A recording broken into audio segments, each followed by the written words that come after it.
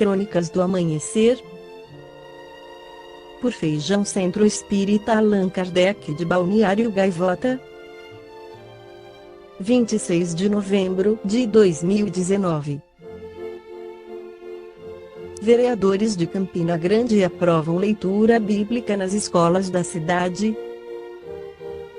Elis Schwartzman escreveu para a Folha de São Paulo no dia 14/7/2019 que os vereadores de Campina Grande, PB, aprovaram, e o prefeito sancionou, a Lei N. 7.280, que institui a leitura bíblica nas escolas públicas e privadas da cidade.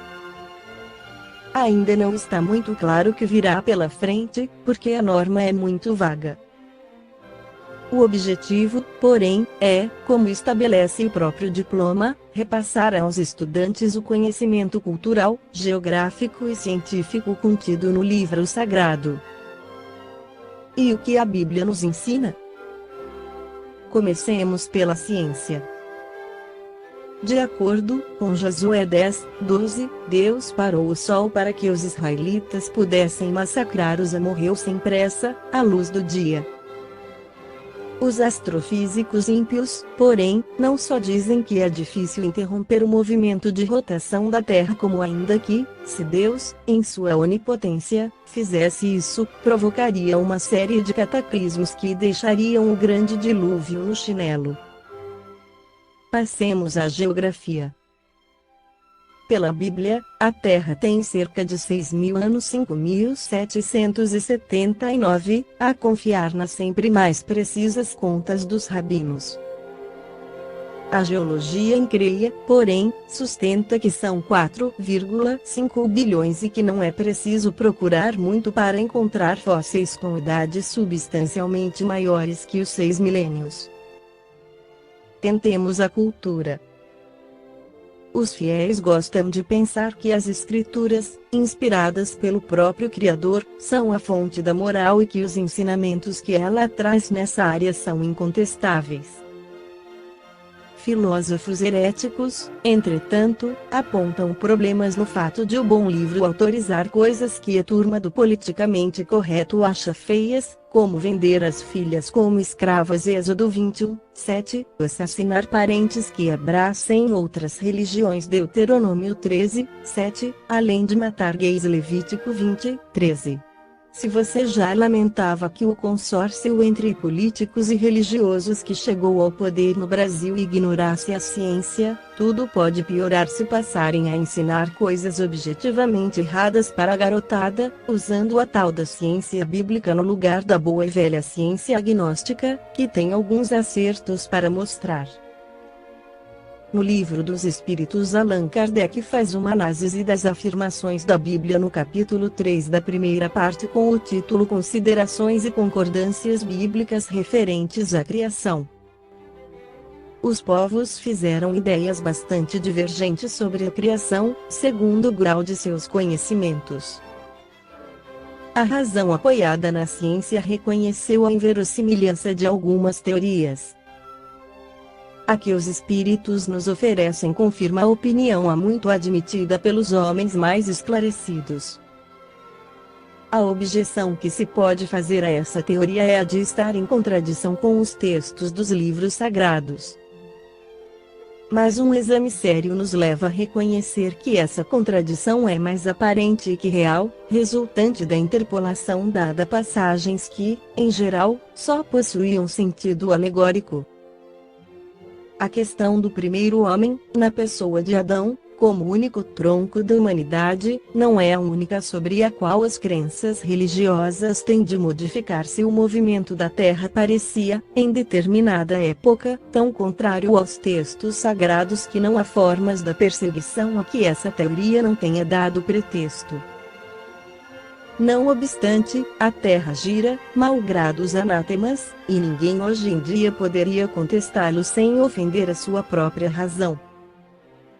A Bíblia diz igualmente que o mundo foi criado em 6 dias, e fixa a época da criação em cerca de 4.000 anos antes da era cristã. Antes disso, a Terra não existia, ela foi tirada do nada. O texto é formal. E eis que a ciência positiva, a ciência inexorável, vem provar o contrário. A formação do globo está gravada em caracteres indeléveis no mundo fóssil, e está provado que os 6 dias da criação representam outros tantos períodos, cada um deles, talvez, de muitas centenas de milhares de anos. E não se trata de um sistema, uma doutrina ou uma opinião isolada, mas de um fato tão constante como o do movimento da Terra, e que a teologia não pode deixar de admitir prova evidente do erro em que se pode cair, quando se tomam ao pé da letra as expressões de uma linguagem frequentemente figurada. Devemos concluir, então, que a Bíblia é um erro. Não, mas que os homens se enganam na sua interpretação. A ciência, escavando os arquivos da Terra, descobriu a ordem em que os diferentes seres vivos apareceram na superfície, e essa ordem concorda com a indicada no Gênesis, com a diferença de que essa obra, em vez de ter saído miraculosamente das mãos de Deus, em apenas algumas horas, realizou-se sempre pela sua vontade, mas segundo a lei das forças naturais, em alguns milhões de anos. Deus seria, por isso, menor e menos poderoso. Sua obra se tornaria menos sublime, por não ter o prestígio da instantaneidade. Evidentemente, não. É preciso fazer da divindade uma ideia bem mesquinha para não reconhecer a sua onipotência nas leis eternas que ela estabeleceu para reger os mundos. A ciência, longe de diminuir a obra divina, nula mostra sob um aspecto mais grandioso e mais conforme com as noções que temos do poder e da majestade de Deus, pelo fato mesmo de ter ela se realizado sem derrogar as leis da natureza. A ciência, de acordo neste ponto com Moisés, coloca o homem por último na ordem da criação dos seres vivos.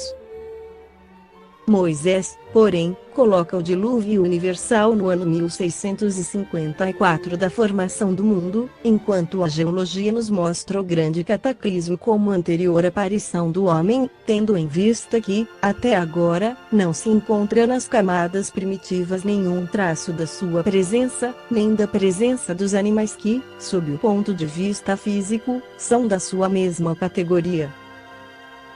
Mas nada prova que isso seja impossível, várias descobertas já lançaram dúvidas a respeito, podendo acontecer, portanto, que de um momento para outro se adquira a certeza material da anterioridade da raça humana.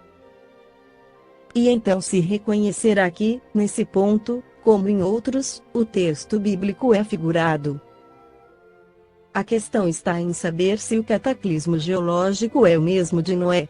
Ora, a duração necessária à formação das camadas fósseis não dá lugar a confusões, e no momento em que se encontrarem os traços da existência do homem anteriores à grande catástrofe, ficará provado que Adão não foi o primeiro homem, ou que a sua criação se perde na noite dos tempos. Contra a evidência não há raciocínios possíveis e será necessário aceitar o fato como se aceitou o do movimento da Terra e o dos 6 períodos da criação. A existência do homem antes do dilúvio geológico é, não há dúvida, ainda hipotética, mas eis como nos parece menos. Admitindo-se que o homem tenha aparecido pela primeira vez na Terra há 4.000 anos antes do Cristo, se 1650 anos mais tarde toda a raça humana foi destruída, com exceção apenas de uma família, conclui-se que o povoamento da Terra data de Noé, ou seja, de 2.350 anos antes da nossa era. Ora, quando os hebreus emigraram para o Egito, no 18º século, encontraram esse país bastante povoado e já bem avançado em civilização. A história prova que, nessa época, a Índia e outros países eram igualmente florescentes, mesmo sem levarmos em conta a cronologia de certos povos, que remonta a uma época ainda mais recuada. Teria sido então necessário que do 24º ao 18º século, quer dizer, num espaço de 600 anos, não somente a posteridade de um único homem tivesse podido povoar todas as imensas regiões então conhecidas, supondo-se que as outras não estivessem povoadas, mas também que, nesse curto intervalo, a espécie humana tivesse podido elevar-se da ignorância absoluta do estado primitivo ao mais alto grau de desenvolvimento intelectual, o que é contrário a todas as leis antropológicas. A diversidade das raças humanas vem ainda em apoio desta opinião.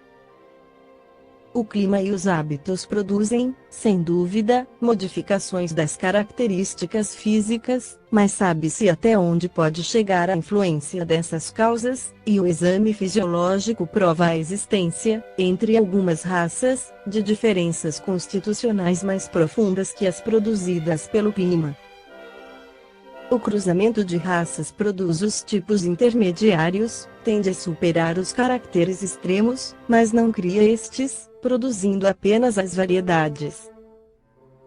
Ora, para que tivesse havido cruzamento de raças, era necessário que houvesse raças distintas, e como explicarmos a sua existência, dando-lhes um tronco comum e sobretudo tão próximo?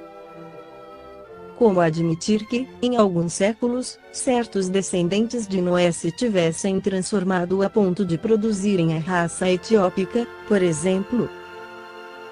Uma tal metamorfose não é mais admissível que a hipótese de um tronco comum para o lobo e a ovelha, o elefante e o pulgão, a ave e o peixe. Ainda uma vez, nada poderia prevalecer contra a evidência dos fatos. Tudo se explica, pelo contrário, admitindo-se a existência do homem antes da época que lhe é vulgarmente assinalada, a diversidade das origens. Adão, que viveu há 6.000 anos, como tendo povoado uma região ainda inabitada, o dilúvio de Noé como uma catástrofe parcial, que se tomou pelo cataclismo geológico 3 e tendo-se em conta por fim, a forma alegórica peculiar ao estilo oriental, que se encontra nos livros sagrados de todos os povos. Eis porque é prudente não se acusar muito ligeiramente de falsas as doutrinas que podem, cedo ou tarde, como tantas outras, oferecer um desmentido aos que as combatem.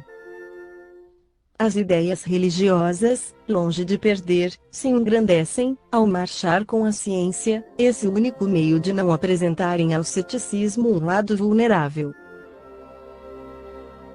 Esta foi a crônica do amanhecer de 26 de novembro de 2019.